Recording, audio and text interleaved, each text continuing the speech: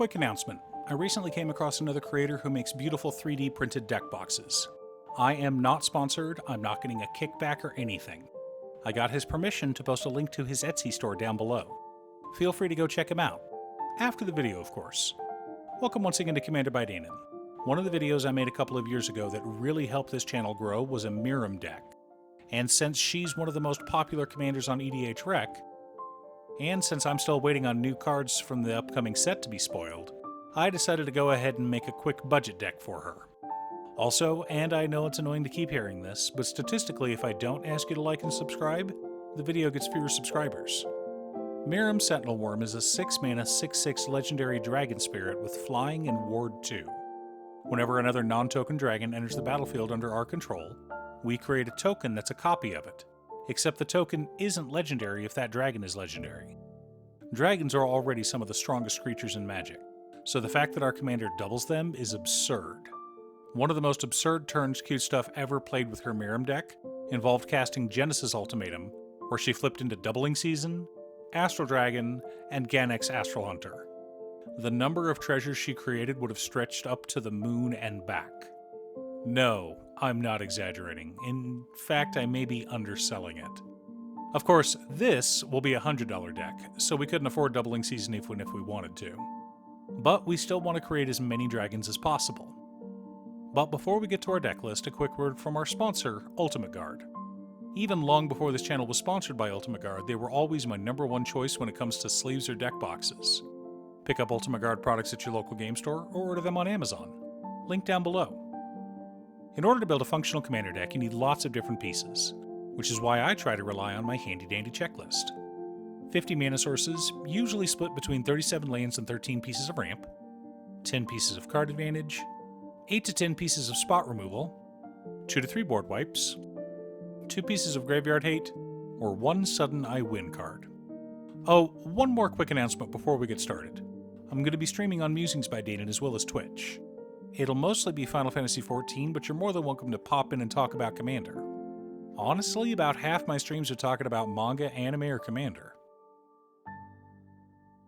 For lands, we're running Command Tower, Exotic Orchard, Crucible of the Spirit Dragon, Path of Ancestry, Unclaimed Territory, Secluded Courtyard, Frontier Bivouac, Hinterland Harbor, Sulphur Falls, Rootbound Crag, Rimewood Falls, Volatile Fjord, Highland Forest, Tangled Islet, Molten Tributary, Wooded Ridgeline, Vine Glimmer Snarl, Frostboil Snarl, Game Trail, Simic Growth Chamber, Is It Boilerworks, Gruul Turf, 6 forests, 4 islands, and 5 mountains. Pretty good spread for a budget list. For mana ramp, we've got Ganex Astral Hunter, Rapacious Dragon, Dragon's Horde, Soul Ring, Arcane Signet, Thrawn Dynamo, Sakura Tribe Elder, Solemn Simulacrum, Farseek, Rampant Growth, Cultivate, Kodama's Reach, Skyshroud Claim, and Sarkhan Fireblood. A good mix of staples and on-theme ramp.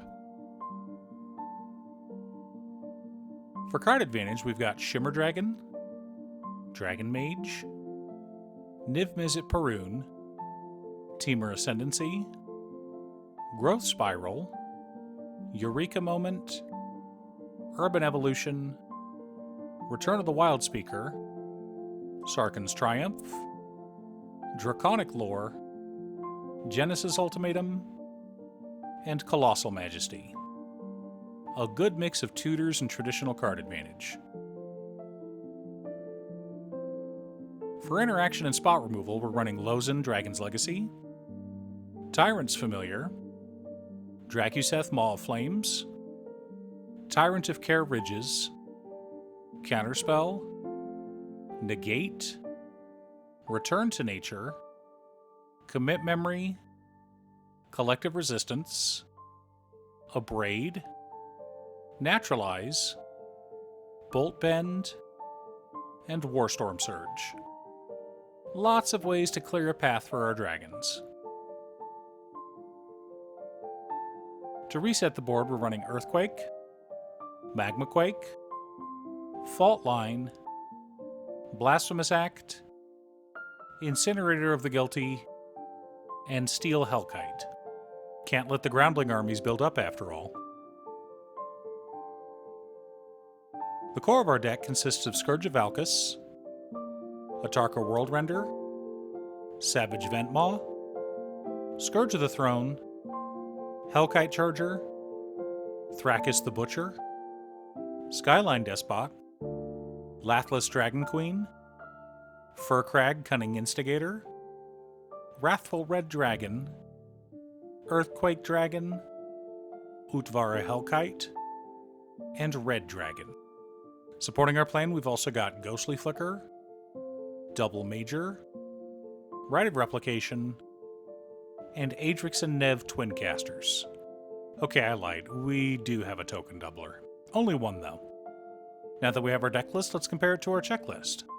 51 mana sources split between 37 lands and 14 pieces of ramp. A little heavy, but dragons are expensive, so it's fine. 13 pieces of card advantage, 13 pieces of interaction, 6 board wipes, 2 pieces of graveyard hate in Commit Memory and Return to Nature, 1 Sudden Eye win card in Wrathful Red Dragon. The most fun way to win with a dragon deck is to smash your opponents with your flying worms.